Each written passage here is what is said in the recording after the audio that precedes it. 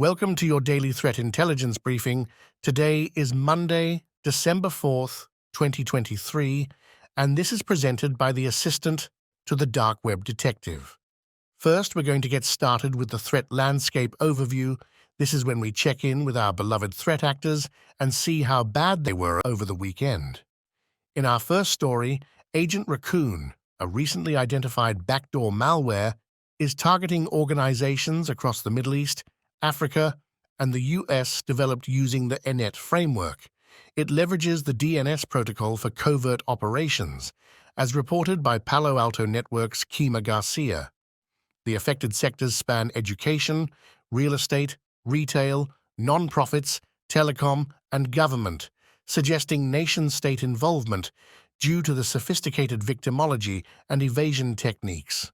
The campaign, tracked as CLSTA 0002, has also deployed tools like Mimolite and Entospi for credential theft, with these tools particularly observed in non-profit and government environments. Agent Racoon, capable of command execution and data exfiltration, masquerades as legitimate software like Google Update and Microsoft OneDrive Updater. The threat actor's infrastructure dates back to at least August 2020, with data exfiltration from Microsoft Exchange server environments indicating targeted email theft. In our next story, cybersecurity researchers at Kado Security Labs have uncovered a new variant of the P2 Pinfect botnet that targets routers and IoT devices using MIPs, microprocessor without interlocked pipeline stages, architecture. This development suggests an intention to infect these devices, expanding the botnet's reach and capabilities. A Rust-based malware initially discovered in July 2023 primarily targets unpatched Redis instances by exploiting a critical Lua sandbox escape vulnerability. Since its disclosure, there has been an increase in P2 Pinfect activities, with new versions introducing advanced evasion and anti-analysis techniques. The MIPS variant employs brute force attacks on SSH servers using common credentials and includes methods to avoid detection, such as self-termination during analysis and disabling Linux core dumps. In our next story, a new cyber espionage group named AeroBlade has been discovered by BlackBerry, targeting the US aerospace sector. The group's campaign involved two phases: an initial testing phase in September 2022 and a more advanced phase in July 2023. AeroBlade's method involves spear phishing with weaponized documents to gain access to corporate networks using a reverse shell payload for file listing and data theft. The initial attacks employed phishing emails with documents that used remote template injection to download a second-stage DOTM file, which then executed malicious macros to create a reverse shell. This shell connects to the attacker's command and control C2 server, facilitating data theft. The reverse shell payload, a DLL file, is heavily obfuscated and features anti-analysis mechanisms like sandbox detection and API hashing, indicating the attacker's sophistication. Despite BlackBerry's research, the origin and precise objectives of AeroBlade remain unclear, although the speculated intent is commercial cyber espionage for data theft, selling information, or extortion. One notable mention about this story is that BlackBerry decided to heavily redact all of their IOCs, leaving us not knowing the file names, IPs, domains, and even the hashes. I guess BlackBerry isn't a big proponent of sharing is caring. Now for our vulnerability dispatch. First, we're going to get started with Apple, who has released security updates for macOS and iOS to address two serious vulnerabilities: CVE 2023-42916 and CVE 2023-42917 that have been exploited against older iOS versions. These flaws, located in the WebKit browsing engine, could allow attackers to hijack sensitive content or execute arbitrary code. The updates, iOS January 2nd, 17 and iPadOS January 2nd, 17, specifically target these WebKit flaws, and Apple has acknowledged reports of these vulnerabilities being exploited in previous iOS versions. While Apple has not provided detailed information on the exploitation of these vulnerabilities, the company credited their discovery to Clément Lesigne of Google's Threat Analysis Group. Google's researchers have been active in identifying spyware vendors and hacking groups exploiting iPhone zero-day vulnerabilities. Alongside iOS, the WebKit vulnerabilities have also been patched in macOS Sonoma January 2nd 14 and Safari January 2nd 17. Our next story has a really interesting idea that threat actors used against WordPress users.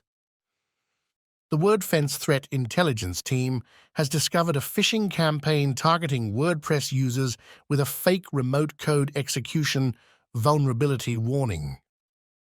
The phishing email, falsely claiming to be from the WordPress team, instructs users to download a patch plugin to address a non-existent vulnerability, CVE 2023-45124. Upon installation, this plugin adds a hidden malicious administrator account and communicates with a control domain, while also installing an additional backdoor. This backdoor, saved as WP Autoload or PHP, provides attackers with extensive control, including file management, SQL access, and command execution capabilities. Indicators of compromise include the WP Autoload PPHP file, the WPRS Security WordPress plugin, the hidden admin user, and specific malicious domains. WordFence has updated its telemetry to detect this threat and will soon release malware signatures to its premium and free users. Lastly, we have our Ransomware Report. This is where we talk everything ransomware.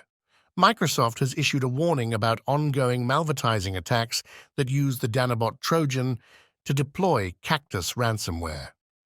The campaign, attributed to ransomware operator Storm 0216, also known as Twisted Spider and UNC 2198, marks a shift from their previous use of Cacbot malware for initial access. This change follows the takedown of the Cacbot infrastructure. Danabot, a multi-stage modular banking Trojan first detected in 2018, has evolved from targeting users in specific countries to a broader international scope. In the current campaign, identified in November, Danabot is used to collect user credentials and other information, facilitating lateral movement through RDP sign-in attempts before handing off to Storm 0216 for ransomware deployment. The Danabot campaigns have been active in Australia, North America, and Europe, with the latest attacks involving credential theft and attempts to install Cactus ransomware. And for our last story of today's brief, a story that shows that crime does pay. North Korean hackers, collectively known as the Lazarus Group, have reportedly stolen over $3 billion in cryptocurrency, according to threat intelligence firm Recorded Future. Specializing in cryptocurrency-related intrusions, they mainly use spear phishing emails to deploy malicious scripts and malware. In recent years, their tactics have evolved to include compromising cross-chain bridges of cryptocurrency platforms, using Trojanized DeFi applications, and even creating fake cryptocurrency applications for Android. The amount stolen by Lazarus has significantly increased over time, with 2023 being their most profitable year, involving major heists from various platforms like Ronin Network, Harmony, Qubit Finance, and Nomad. Lazarus has also been implicated in cyber attacks on US-based enterprise software company Jump Cloud, potentially to facilitate future attacks on cryptocurrency clients. To launder the stolen funds, Lazarus operates an extensive network using cryptocurrency mixers and money mules, with the U.S. government sanctioning several mixers and individuals involved in these activities. The laundered funds are believed to support North Korea's ballistic missiles program, highlighting the group's strategic importance to the regime. That brings us to the end of another brief. Thank you for tuning in to today's episode. Remember, in the ever-evolving world of cybersecurity, staying informed is your best defense. If you enjoyed our discussions and insights, be sure to subscribe for more episodes. Don't forget to share this podcast with your colleagues and friends who are equally passionate about staying a step ahead in the cyber world. Until next time, keep your data safe, your network secure, and stay vigilant. This is the assistant of the Dark Web Detective signing off.